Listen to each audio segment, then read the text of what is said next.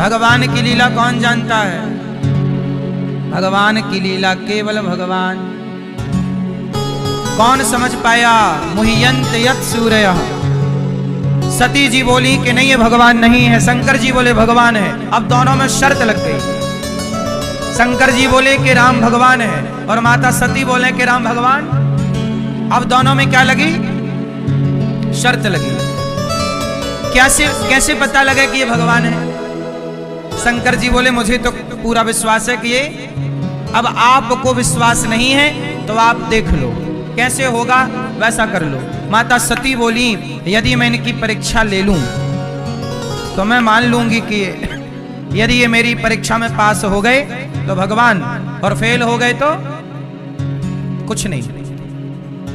शंकर जी बोले हम बैठे हैं, तुम्हें डाउट है। हुई है सोई जो राम रचि राखा,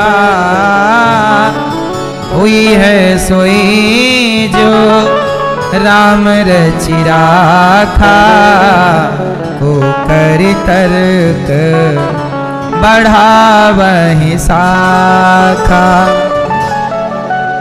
अब होगा वही जो मंजूर भगवान को होगा। शंकर जी बैठ गए पेड़ की छांव में। माता सती बोली आप बैठो, मैं परीक्षा लेके आती हूं। आज स्टूडेंट टीचर की परीक्षा लेने गए हैं, आज चेला गुरु जी की परीक्षा लेने गए।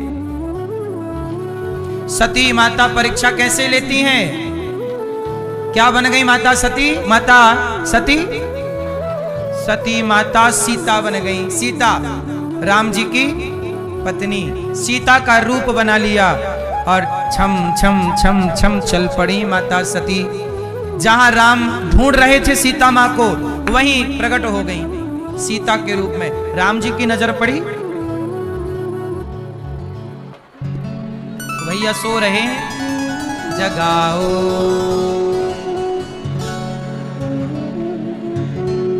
जागो ललना भोर भई अब, जागो ललना भोर भई अब।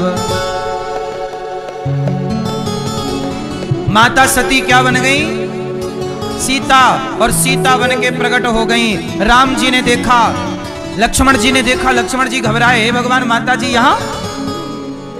राम जी ने देखा, राम जी ने हाथ जोड़ के कहा माता जी प्रणाम। राम जी पहुंच गए। सती माता बोली प्रभु मैं आ गई, मैं आपकी पत्नी, मैं आपकी सीता। राम जी बोले माता जी प्रणाम। भोलेनाथ कहाँ है?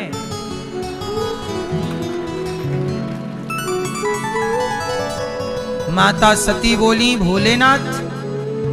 राम जी बोले आप तो माता सती हो, ये बताओ मेरी सीता क्यों बनी हो? मेरी सीता तो रावण के यहाँ है। सती माता बोली आप जानते हो कि आपकी पत्नी कहाँ? राम जी बोले हाँ। तो काहे ऐसे नाटक कर रहे हो? राम जी बोले क्या करें, हमारे भक्त लोग हमसे नाटक करवाते हैं। काहे नाटक कर रहे हो? बोले हमें नारद जी ने एक बार शाप दे दिया था। सती मां को राम जी बोले कि मेरे नारद ने मुझे एक बार क्या दे दिया? शाप दिया। और क्या शाप दिया? कि जैसे मैं पत्नी के वियोग में तड़प रहा हूं, नारद जी का भी एक बार मन हो गया था ब्याह करने का, वो तो सब बंदोबस्त हो नहीं पाया ठीक ठीक। भगवान एक बार विश्व मोहिनी से विवाह करने का मन हो गया नारद जी का। बोलो हाँ।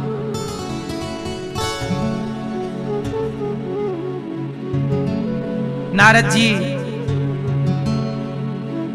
भगवान विष्णु से बोले कि प्रभु मेरा मन एक लड़की में आ गया है, ब्याह करना चाहता हूं। ऐसा करो कि मैं तो थोड़ा बुढ़ा दिखने लगा हूं, आप बड़े सुंदर दिखते हो, आप अपना वाला रूप हमें जरा दे दो। आपन रूप देहु प्रभु मोही, अपना वाला सुंदर रूप मुझे दे दो तो मेरा ब्याह हो जाए, फिर वापस ले लेना। और शादी के बाद तो फिर कुछ भी होए मैं क्या करूं, राम मुझे बुढ़ा मिल गया, तब चलता रहेगा बाद में। अभी तो होने दो। भगवान बोले ठीक है, तो मेरा रूप चाहिए? हाँ। तो भगवान के तो रूप बहुत है, अनेक रूप रूपाय विष्णवे प्रभु विष्णवे। तो भगवान ने अपना बंदर वाला रूप नारद जी को ट्रांसफर कर दिया, क्योंकि भगवान के रूप तो, और कहा भी कि अपना रूप दे दो, तो बंदर का भी उनका अपना ही है। अब नारद जी हो गए बंदर। अब विश्व मोहिनी के आगे बैठे हैं और विश्व मोहिनी माला लेके जा रही है, और नारद जी बिल्कुल सामने आके खड़े हो जा। विश्व मोहिनी बोली, हे भगवान, मेरी शादी में बंदर तक आए हैं, क्या मैं ऐसी हूं कि बंदर करना चाहते हैं ब्याह? तो विश्व मोहिनी दूसरी तरफ चली गई। नारद जी को लगा ठीक से हमें देखी नहीं है, लगता है लड़की। अब फिर आगे गए नारद जी, सुनो मैं आ गया, माला पहनाओ। विश्व मोहिनी ने नहीं पहनाया। फिर भगवान विष्णु प्रकट हुए और वो साक्षात लक्ष्मी थी। नारद जी के अभिमान को मिटाने के लिए ये लीला रची थी, क्योंकि नारद जी को अभिमान आ गया था। काम को जीत लिया हूं, क्रोध को जीत लिया हूं, लोभ को जीतने का अभिमान, तो उनका अभिमान मिटाना था। ये लीला भगवान ने रची और ऑपरेशन कर दिया, और नारद जी बिल्कुल ठीक ठाक हो गए, पूरा इलाज हो गया। अब नारद जी, विश्व मोहिनी ने माला भगवान नारायण को पहनाया। शिव के दो गण वहीं पर खड़े थे। शिव गणों ने कहा, नारद जी एक बार चेहरा तो देख लो। और देखा पानी में तो बंदर। अब तो नारद जी को लगा गुस्सा, अच्छा विष्णु भगवान ने मेरे साथ छल किया है, बंदर बना दिया, इसी चक्कर में शादी ब्याह से रह गया मैं। जाओ, मैं प्रभु आपको शाप देता हूं, जैसे मैं स्त्री के लिए तड़प रहा हूं, आप भी स्त्री के लिए तड़पोगे, और जैसे मुझे बंदर बनाया है, आपको भी बंदर भालुओं की सहायता लेनी पड़ेगी, तब आपका काम सफल होगा। तो नारद जी ने शाप दिया कि पत्नी के लिए तड़पना पड़ेगा, इसलिए रावण चुरा के ले गया और राम जी तड़प रहे हैं, सीता सीता। और सती माँ को पूरी जानकारी थी नहीं, तो उन्हें लगा कि ये भगवान है कि नहीं। वो ये नहीं समझ पाए कि ये तो नारद जी को दिया गया जो वरदान, मतलब शाप था। नारद जी के शाप को यदि भगवान ना मानते, तो भक्त के शाप को भी तो रखना पड़ता है, शाप का भी तो सम्मान करना पड़ता है ना भगवान को। गांधारी ने शाप दिया कि जाओ तुम्हारे वंश आपस में लड़के मर जाए, तो गांधारी मां के शाप को भी तो रखा ना भगवान कृष्ण ने। ऐसे ही भगवान विष्णु ने नारद जी के शाप को रखा। और राम जी सीता मां को क्यों खोज रहे हैं? क्योंकि शाप है किसका? हाँ, नारद शाप दीन है एक बारा। नारद जी ने एक बार श्राप दे दिया था, इसलिए सीता सीता राम खोज कर रहे। और माता सती समझ नहीं पाई, वो शंकर जी समझ रहे थे, तो शंकर जी समझा रहे थे, पर माता सती की समझ में नहीं आया। अब माता सती परीक्षा में फेल हो गई। राम जी भगवान है। अब माता सती बोली, मैं क्या करूं, कहां जाऊं, क्या करूं, पकड़ी गई मैं तो। ये तो प्रभु आपने, क्या करूं अब मैं। राम जी सती गई शंकर जी के पास। शंकर जी बैठे ध्यान में। शंकर जी से कहा, चलो अब चलते हैं। शंकर जी बोले, हो गई परीक्षा? तो माता सती ने कहा, ना भोले बाबा, मैंने कछु ना परीक्षा लीन है गोसाई। हे भोलेनाथ, मैंने कोई परीक्षा नहीं ली। सती मां ने झूठ कह दिया। क्या कह दिया? और जहां रिश्तों में झूठ बोलना स्टार्ट कर दो आप, बस वहीं से रिश्ते खत्म हो जाते हैं। रिश्तों में लंबा झूठ नहीं चलता, झूठे रिश्ते नहीं चलते। शंकर जी से क्या कह दिया माने कि मैंने कोई परीक्षा। शंकर जी तो ध्यान लगा के सब, शंकर जी से क्या छिपना, शंकर जी के सामने सब पिक्चर प्रकट हो गई। सब देख लिया कि इन्होंने तो मेरी माता का रूप धारण कर लिया। अच्छा, शंकर जी सती मां को, शंकर जी सीता मां को क्या मानते हैं? त्वमेव माता च पिता त्वमेव। सीता को माता और राम को पिता। अब शंकर जी बोले कि मेरी पत्नी ने मेरी माता का रूप धारण कर लिया। अब जब माता बन गई तो पत्नी के रूप में स्वीकार कैसे करूं? अब तो मर्यादा बिगड़ जाएगी कि जो मेरी मां हो गई अब मैं उसे पत्नी के रूप में रखता हूं तो मर्यादा बिगड़ जाएगी। तो शंकर जी ने माता सती का परित्याग कर दिया। संशयात्मा विनश्यति, जो भगवान पर संदेह करता है उसका विनाश हो जाता है। इसलिए ईश्वर श्रद्धा का सब्जेक्ट है, संदेह का सब्जेक्ट नहीं है। ईश्वर पर श्रद्धा रखो, संदेह नहीं। कुछ लोग कहते हैं कि भगवान है कि नहीं है। अच्छा एक बात बताओ, आपके कपड़े जो पहने हो उसे किसी ने बनाया है कि बिना बनाए बन गए? आपने जो कपड़े पहने हैं उसे किसी ने बनाया होगा कि बिना बनाए बन गए होंगे? बोलो हाँ। यदि कपड़ा है तो बनाने वाला भी होगा, चश्मा है तो बनाने वाला भी होगा, यदि चश्मा है तो बनाने वाला भी होगा, मोबाइल है तो बनाने वाला भी होगा। तो ये संसार है, आप हैं, हम हैं, तो हम सबको बनाने वाला भी तो कोई है, और जो कोई है उसी का नाम भगवान है। तो लोग कहते हैं कि भगवान है कि नहीं, अरे ना होने का तो सवाल ही नहीं उठता। कोई ना होता तो बिना बनाए ये संसार कैसे बना होगा, जरा सोचो ना। बिना बनाए कपड़ा नहीं बना तो संसार कैसे बना होगा? कोई तो है। एक बात बताओ मैया, तुम मां के पेट में थी कि नहीं? नहीं थी? थी। जब आप अपनी मां के पेट में थी मैया, जब आप अपनी मां के पेट में थी तो आपकी जो आंखें हैं, पेट में आंखें किसने लगाई थी? आपके मां के पेट में आंखें तो नहीं थी, लेकिन पता नहीं वो आंखें कहां से आ गईं और बच्चे के सही जगह लग गईं। ऐसा नहीं हुआ कि कनपट्टी पे लग गई हो। क्यों? सही जगह आंख लगी है, सही जगह आपके कान लगे हैं, मतलब कोई तो था ना मां के पेट में जो बैठे बैठे आपको बना रहा था। हाँ या ना? लेकिन वो रचना इतनी सूक्ष्म थी कि उस रचनाकार को आप पहचान ही नहीं पाए। मां का पेट तो एक जगह है, खेत है। मां के पेट के खेत में आप ईश्वर की फसल हैं। बोलो हाँ। आपको पेट में ही तो ईश्वर ने डिजाइन किया है। इसलिए भगवान का हेड ऑफिस क्या है? माता का पेट नहीं है। तो मैया ये बताओ कि आपको बनाने वाला कौन है? मां ने बनाया, पिता ने बनाया कि भगवान ने बनाया? आपको किसने बनाया? मां ने।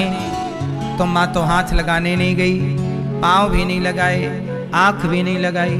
मां ही लगाती आंख, तो किसी का बेटा अंधा क्यों होता? सबकी आंख लगा देती।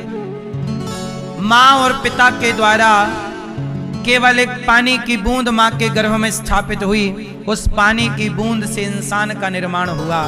कोई तो है जो आपकी रचना करने में दिन रात लगा हुआ है, उसका नाम ईश्वर है, उसी का नाम परमात्मा है, जो इतने सही तरीके से कार्य करता है कि जान पाना उसे बड़ा कठिन है। तेरी लीला का ना पाया कोई पार, तेरी लीला तू ही जाने। सती माना समझ पाई तो हम कितनी बुद्धि वाले लोग हैं, हमारी खोपड़ी कितनी है। इसलिए श्रद्धा संदेह न। शंकर जी ने माता सती का त्याग कर दिया और संयोग से उसी समय दक्ष प्रजापति ने भगवान शिव को बुलाया और भरी सभा में जब दक्ष जी पधारे तो सब खड़े हो गए दक्ष के सम्मान में, पर शिव जी खड़े नहीं भये। तो दक्ष ने भरी सभा में शिव का अपमान किया। भरी सभा में शिव का अपमान दक्ष प्रजापति ने किया, गालियां दी। इसे क्यों बुला लिया? इसे तो उठने बैठने का ज्ञान नहीं। वो तो ब्रह्मा जी के कहने से मैंने अपनी बेटी का विवाह कर दिया, वरना ये मेरे बेटी के योग्य नहीं। ये बातें शिव जी के लिए दक्ष कह रहे हैं। अपमान पर शंकर जी ने एक उत्तर नहीं दिया, चुप रहे। जब आपसे अपने बड़े लोग कुछ डांट रहे हैं, कुछ बोल रहे हैं, तो जवाब देना चाहिए। अच्छा ये बताओ, कुत्ता आपको देख के भाव भाव करता है तो आप भी बदला लेते हो कि नहीं? मैं भी करूंगा भाव भाव। नहीं, कुत्ते को भौंकने देते हैं आप, क्योंकि वो उसका स्वभाव है। आप तो कुत्ते को देख के नहीं भौंकते, क्योंकि आपका स्वभाव भौंकने का। तो कुछ लोगों का स्वभाव गाली देने का होता है, कुछ लोगों का स्वभाव अपमान करने का होता है, तो उनकी तरह आप ना बना करो, क्योंकि उनका स्वभाव उनके पास रहने दो। आप अपने स्वभाव का, अच्छे स्वभाव का परिचय दो, उसकी तरह बनने की कोशिश ना करो। कई बार आप लोग उलझ जाते हैं कि तूने मुझे गाली दी, मैं भी तुझे गाली दूंगा। क्यों दूंगा भाई? गाली देना उसका संस्कार है, आपका नहीं। उसने अपने संस्कारों का परिचय दिया है। आप क्यों उसकी तरह? गधों के सामने गधा नहीं होना चाहिए, कुत्ते के सामने कुत्ता नहीं होना चाहिए। कुत्ता आपको काट लेता है तो क्या आप भी कुत्ते को काटोगे कि मैं भी काटूंगा तुझे? फिर उस कुत्ते में और आप में अंतर क्या रहा?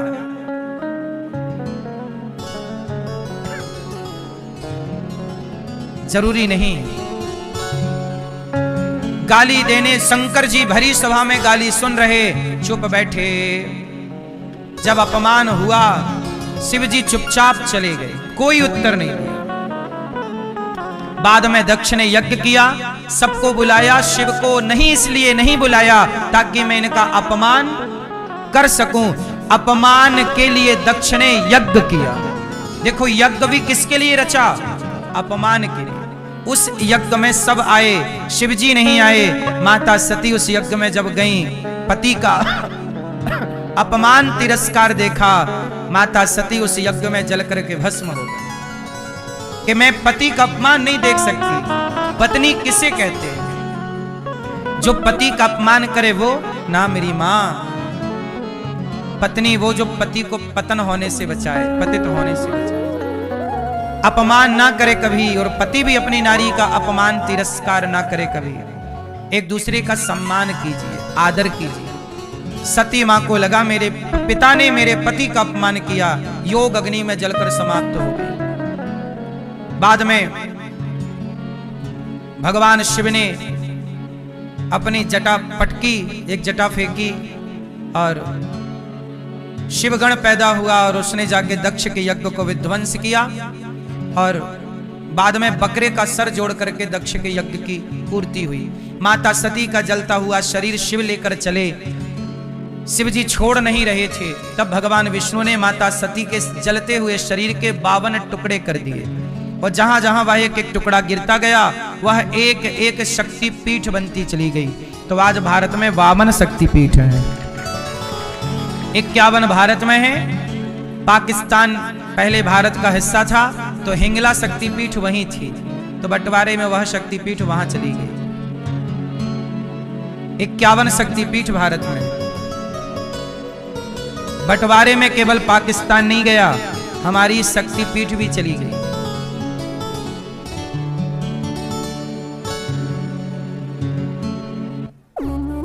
तो इस तरह से भगवान शिव ने माता सती को समझाया, नहीं मानी और अपमान कर दिया। देखो अपमान, आजकल बेटा अपमान कर दे रहा है माँ बाप का, लोग अपमान कर दे रहे हैं गरीबों का। मैं आपसे बस इतनी प्रार्थना करता हूं कि किसी का सम्मान नहीं कर सकते तो किसी का अपमान ना कीजिए। अपमान करना सही नहीं। सेवा कीजिए, समाज की जितनी कर सकते हो। माघ का महीना चल रहा है, कल कौन सी तिथि है? कल एकादशी है ना? माघ का महीना और एकादशी का पर्व आने वाला है। आज क्या है? मकर। आज संक्रांति, कल भी है। पहले मकर संक्रांति 13 तारीख को होती थी, लंबे समय बाद वो एक एक दिन आगे बढ़ती जाती है। पहले 13 को होती थी, फिर कल 14 तारीख को मकर संक्रांति रहेगी। 14 को भी कुछ कह रहे हैं, कुछ 15 को भी। तो आप ये समझ लो कि मकर संक्रांति का पर्व स्टार्ट हो गया है। तो बस ये समझो कि अब ये त्योहार है एकादशी का, और ये माघ का महीना है। माघ मेला जो भर रहा है प्रयागराज में, वहां गौरी गोपाल जी की अखंड रसोई चल रही है। भक्तजन भोजन कर रहे हैं, हजारों भक्त भोजन कर रहे हैं, नित्य भोजन कर रहे हैं। लंबी लंबी भक्तों की लाइन लगी है। जो दर्शनार्थी तीर्थयात्री माघ मेला में आ रहे हैं, सबको भरपेट भोजन मिल रहा है। आप भी माघ मेला के प्रयागराज के अन्न क्षेत्र में अन्न दान करें और अन्न दान करके पुण्य के भागीदार अवश्य बने। लंबी लंबी लाइन लग रही है, हजारों दिन भर भक्त भोजन कर रहे हैं। एक दिन माघ मेला में आप भी अपनी ओर से अन्नदान करें, करने योग्य हैं तो, कि आपका भी भोजन पहुंचे। और माघ जो आते हैं वहां भक्तजन, ये सब माघ मेला जो दर्शनार्थी हैं, ये सब वहां का भक्तों का दर्शन है। ये सब भोजन की लाइन है जो गौरी गोपाल अन्न क्षेत्र प्रयागराज जी में चल रहा है। ये माघ मेला का देखो, साधु संत सब लगे हैं लाइन में, और सब पेट भर आनंद से भोजन प्रसादी के लिए लगे हुए हैं। यदि आपकी रोटी खाकर ये सब भजन करेंगे और वहां रहेंगे तो कितना बड़ा पुण्य होगा मेरी माँ। इसलिए आप भी इन सेवाओं से अपने आप को अवश्य जोड़िएगा। अन्नदान सबसे बड़ा दान है। गौरी गोपाल आश्रम में भी हजारों संत रोज आते हैं। आज भी यहाँ संत लोगों का पदार्पण हुआ और हजारों संत यहाँ भी प्रसाद पाए। यहाँ भी आप अखंड जो अन्न क्षेत्र चल रहा है, एक दिन का अन्न क्षेत्र आप अपनी ओर से बंटवा सकते हैं। हजारों साधु संत जो आते हैं, सबको आप भोजन कराइए, आप अपनी ओर से अन्नदान करिए कि आज संतों की सेवा माघ के इस पावन माह में हमारी ओर से होगी। बोलो हाँ कि ना। तो यहां देखो, ये संत लोगों को देखिए, हजारों संत लाइन में लगते हैं, सबको पेट भर भोजन, अखंड 12 महीने की सेवा। ये फुटपाथ पर सोने वाले सब साधु संत हैं, प्रेम से भजन कर रहे हैं। आप किसी को रोटी दे सकते हैं तो दीजिए, बहुत बड़ा पुण्य है अन्नदान करना। कर सकते हो तो साहब अन्नदान जरूर की। ये गौरी गोपाल का चित्र है, तस्वीर है। गौरी गोपाल में जो अखंड सेवाएं हैं, ये वो हैं। आप भी अन्नदान जरूर कीजिए कि आपकी ओर से भी सवेरे यहीं पर 9 बजे आप आ जाया करिए देखने के लिए। यदि देखना है इन संतों के दर्शन करना है तो आपको सुबह सुबह यहीं पर संत लोग मिलेंगे हजारों। आप अपनी हाथ से बांटिए, अपने बेटे के जन्मदिन पर, बेटी के जन्मदिन पर अन्नदान कीजिए। रोटी का दान, यहाँ अखंड रसोई चलती है, हजारों लोग भोजन करते हैं। कोई भी आओ, सबको पेट भर भोजन मिलता है। आप भी थोड़ा अन्नदान अखंड रसोई में करें। ये देखो यहाँ नीचे ऊपर सब जगह केवल अन्नदान है। ये भक्त लोग जो नित्य आते हैं, यहाँ 25 से 30 हजार लोग पर डे भोजन करते हैं और सबको भरपेट भोजन मिलता है। आप में से कितने लोगों ने गौरी गोपाल जी की रसोई में प्रसाद ग्रहण किया, प्रसाद पाए? कोई पैसा लगा? कोई पैसा नहीं लगता, सब निःशुल्क प्रसाद पाते हैं। आप भी अन्नदान जरूर करें, कर सकते हैं तो। गौरी गोपाल आश्रम में एक दिन की रसोई आप बंटवाएं। और यहाँ पर गौ माता के लिए हमने बताया था कल कि साल भर के लिए गाय के लिए भूसे का स्टॉक करना पड़ता है। तो गाय के लिए आप भूसे के स्टॉक के लिए, और नंदियों के लिए, नंदी कहाँ रहे, छाया तो चाहिए ना ऊपर, तो नंदियों के लिए टीन शेड आप डलवा सकते हैं अपनी ओर से। और आप ये काम जो चल रहा है इसमें सहभागी बने। गाय के लिए टीन शेड डलवाकर और गाय के लिए, नंदियों के लिए टीन शेड, नंदीशाला के लिए थोड़ा सहयोग कर सकते हैं। थोड़ा थोड़ा सहयोग कीजिए ताकि आप भी इस पुण्य से अपने आप को जोड़ें। गौ माता के भूसे में थोड़ा साथ दें, सहभागी बने, गाय की सेवा से अपने आप को जोड़ें।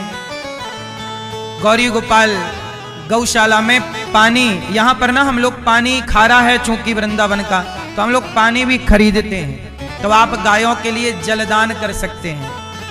टैंकरों में हम लोग पानी खरीदते हैं, लगभग 4 टैंकर रोज। तो आप लोग एक टैंकर 400 रुपए का आता है। 4 टैंकर रोज लगभग गायों को लगता है पानी। तो आप लोग भी जल दान कर सकते हैं, गाय के लिए चारा भूसा जल, क्योंकि आप सबके सहयोग से यहाँ 400 से ज्यादा गौ माता है। ये गौशाला जो है ये सामने यही गौशाला है, बड़ी गौशाला और है। 125 नंदी हैं हमारे पास और 425 गौ माता है। नंदियों को छोड़ेंगे तो काट डालेंगे हत्यारे, इसलिए गौ माता और नंदियों के लिए एक नंदीशाला बनवा रहे हैं, थोड़ा टीन सेट इत्यादि। तो चाहे छाया, सर्दी गर्मी बारिश में छाया चाहिए कि नहीं, तो आप भी सहयोग कर सकते हैं गायों के लिए, नंदियों के लिए। तो थोड़ा टीन सेट में थोड़ा सहयोग कीजिएगा। और अभी एक विद्यालय बनाने वाले हैं, बहुत जल्दी शुरू होगा कार्य। गौरी गोपाल विद्यालय कक्षा 1 से लेकर 12वीं तक CBSE बोर्ड का विद्यालय, जहां शिक्षा और संस्कार दोनों होंगे और निःशुल्क विद्यालय होगा हजारों बच्चों के लिए। शिक्षा बदलेगी तो संस्कार बदलेगा। तो आप भी इस विद्यालय के निर्माण में सहयोगी बनेंगे तब कार्य होगा। गौरी गोपाल गुरुकुल में 150 बच्चे पढ़ते हैं, अभी 150 बच्चे पढ़ रहे हैं। मैं चाहता हूं कि हजारों बच्चे पढ़ें, स्कूल बने और जहां बच्चे पढ़ के योग्य बने, शिक्षित भी हों और संस्कारी भी हों। इसके लिए आपको साथ देना होगा, साथ देंगे तो कुछ। नारा दिया था ना, तुम मुझे खून दो मैं तुम्हें आजादी दूंगा। आज ये दास अनिरुद्ध कहता है कि तुम मेरा साथ दो, मैं तुम्हें शिक्षा के बल पर संस्कार दूंगा, शिक्षा भी दूंगा और डॉक्टर इंजीनियर बनो। पर कैसे बनो? संस्कारवान डॉक्टर, संस्कारवान इंजीनियर, संस्कारवान हर फील्ड में जाइए, पर शिक्षा के संग संस्कार। ये बदलाव CBSE बोर्ड की विद्या निःशुल्क मिलेगी। गौरी गोपाल विद्यालय कार्य कर रहा है, बस आप सहयोग आशीर्वाद देते रहिएगा। गौरी गोपाल आश्रम में हमारी बेसहारा वृद्ध माएँ रहती हैं, वो माएँ जिनको अपनों ने साथ नहीं दिया, ऐसी जरूरतमंद माएँ यहाँ रहती हैं। हमारे दीपक जी सैनी फरीदाबाद से हैं, यहाँ हैं। इन्होंने माताओं की सेवा, अन्न क्षेत्र की सेवा, सभी गौरी गोपाल की सेवाओं में इन्होंने माताओं के लिए दवाई, माताओं के लिए सब व्यवस्थाएं की और उन्होंने 5 लाख रुपए का सहयोग किया। आप भगवान ने योग्य बनाया हो तो जरूर इन सेवाओं से जोड़िएगा। हमारी ये माएं, जिन माओं ने बच्चों को पाल पोस कर बड़ा किया, आज उन माओं को घर से बाहर निकलना पड़ा। कुछ माएँ यहाँ ऐसी हैं जिनके बच्चे हैं, तो कुछ माएँ ऐसी हैं जिनके बच्चे नहीं हैं। नहीं हैं तो हमें और आपको बनना होगा, हैं तो उन्हें संस्कारवान बनना होगा। अब हैं पर संस्कारी नहीं है तो भी उनकी माँ को वो निकाल देते हैं। अब माँ है, मैया कहाँ से आई हो मेरी माँ? छत्तीसगढ़ से बेटा, हेड़ासपुर। घर में कौन कौन है आपके? नहीं बेटा, कोई नहीं है। बेटा? नहीं है जेठ बेटा, 2 जने। और बेटी? नहीं है बेटा, बेटी बेटा। और पति? वो बहुत दिन के चल गए पर, चले गए। हाँ। तो आपके भाई? नहीं बेटा, भाई बहन कोई नहीं है बेटा। भाई बहन भी नहीं है। हाँ। और देवर जेठ? जेठ 2 जने चले गए ऊपर, मैं ही भरमाची नहीं। तो जेठ के बच्चे हैं? हाँ 2 जने बच्चा। तो वो लोग सेवा नहीं करते? कांटा दी दरवाजा में है, तार कांटा घेर दी बेटा दरवाजा में। दरवाजे में? हाँ तार बिछा दिया? हाँ तार बिछा दी जेठ के बेटे ने? हाँ, मकान कमा रहा। जेठ चारों मोड़ अंधियार हो गए, चारों मोड़ अंधियार हो गए, तब बिंदा बंदी खींच बेटा। चारों ओर अंधियार मतलब चारों ओर अंधकार हो गया। देवर के बेटे ने बाउंड्री खड़ी कर दी, तार लगा दिया, चारों ओर दीवारें खड़ी कर दी। अब कहाँ रहे काल कोठरी में? रोटी नहीं दी, तार की बाउंड्री कर दी। सहारा देने के लिए हाथ नहीं उठते। इन माओं का जिनका देखो ना पति ना बेटा ना बेटी, कोई नहीं, अपनों का सहारा ना हो, तब इन माओं को गौरी गोपाल में इनके बेटा बेटी नहीं है तो कोई बात नहीं, हम इनके बेटा बेटी बनकर साथ दें, इंसानियत के नाते साथ दें। हम भी साथ नहीं देंगे तो फिर कौन सहारा बनेगा? इसलिए आपसे मेरी यही प्रार्थना है, मैया आपको यहाँ रहने में कोई दिक्कत तो नहीं? गौरी गोपाल दिक्कत, आप खुश हैं? कुछ न बेटा यहाँ रहने के हमने कोई पैसे तो नहीं नहीं लिए? ले बेटा, पैसे 5 पैसे आँख गाल बनवा दे बेटा। माओ की आंखों का ऑपरेशन यहाँ पर होता है, जरूरत पड़ने पर लाखों रुपए यहाँ से लगाए जाते हैं निःशुल्क, माओ से 1 रुपए। इन माओ के पास, मैया आपके पास कोई पैसा हमने लिया तो नहीं नहीं? ले बेटा, 5 पैसे नहीं ले, 1 रुपए भी नहीं 1 रुपया नहीं। और यहाँ वो माएँ रहती हैं जो सामान्य परिवार की हैं, जिनकी स्थितियां अच्छी नहीं हैं, वो माएँ। ऐसी माओं के लिए आपसे मेरी प्रार्थना है कि आप अन्नदान करो। आप सहयोग करते हैं ना, तो 310 माएँ हैं, अब 310 माओं को रोज भोजन कराना है। आपके घर में कितने लोग हैं? 5-10, यहाँ 310 माएँ हैं। आपसे मेरी प्रार्थना है कि एक दिन का भोजन आप करा दीजिए, कल का नाश्ता आप करा दीजिएगा। माँ को रात्रि 1 गिलास दूध मिलता है, दूध की सेवा, दवाई की सेवा, रात्रि का भोजन जो आपसे बने कीजिएगा, क्योंकि आप सबके सहयोग से सेवा होती है। अपनों ने तो साथ दिया नहीं, हम और आप भी साथ नहीं देंगे तो भोजन कौन देगा?